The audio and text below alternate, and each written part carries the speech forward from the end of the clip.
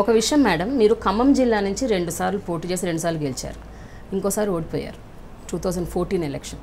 But Khammam జిల్లా పాలిటిక్స్కి సంబంధించి ఒక క్వశ్చన్ అడగాలి మిమ్మల్ని.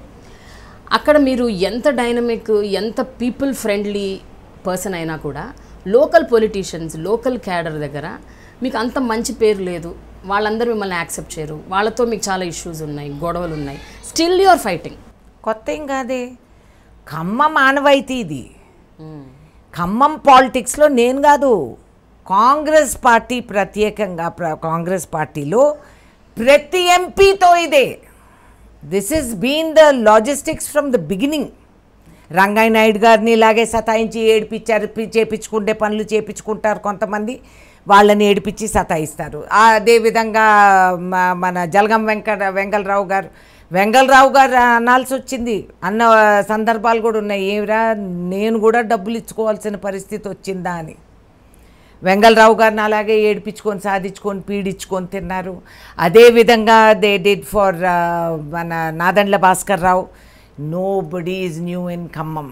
ఖమ్మం గాలే అటువంటిది, ఖమ్మం పాలిటిక్స్ అటువంటివి.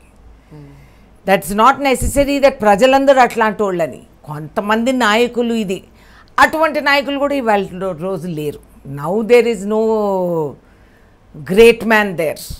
So it's all right. ఇవన్నీ జరుగుతుంటాయి, ఛాలెంజింగ్ ఉంటాయి కాబట్టి మీరు డీల్ చేస్తారు. All right, it's politics. ఇంకా రాజకీయాల్లో ఇవన్నీ లేకుండా ఎట్లా ఉంటుంది చూసారు. It's nothing much. పాలిటిక్స్లో ఇవన్నీ ఆమెకు కుదరదు అని అనుకుంటారు అందరూ. లాస్ట్కి అందరూ వాళ్ళ టికెట్లు కావాలన్నప్పుడు నా దగ్గరికే వస్తారు, నా దగ్గర కావాలన్నప్పుడు వాళ్ళ దగ్గరికి పోతాం. ఇవన్నీ జరుగుతూ ఉంటాయి. వారు వీరు అవుతారు, వీరు వారు అవుతారు. ఇప్పుడు మీ స్టేచర్ అండ్ స్టేటస్ ఎట్లుంది ఖమ్మంలో? జిల్లా ఆడబిడ్డని, అది శాశ్వత అనుబంధం. మిగతావన్నీ తాత్కాలికం. Who cares. ఓకే, అయితే ఒక విషయం చెప్పండి మ్యామ్. 2019 ఎలక్షన్ గురించి మాట్లాడుకోవాలి. ఎందుకంటే రాష్ట్ర విభజన జరిగింది ఇప్పుడు 2014. ఈ 5 ఏళ్లలో చాలా రకరకాల మార్పులు, రకరకాల పర్మిటేషన్స్, కాంబినేషన్స్ కూడా వస్తాయి. ఇంకా రాబోతాయి. రాబోతాయి. Subscribe to I dream.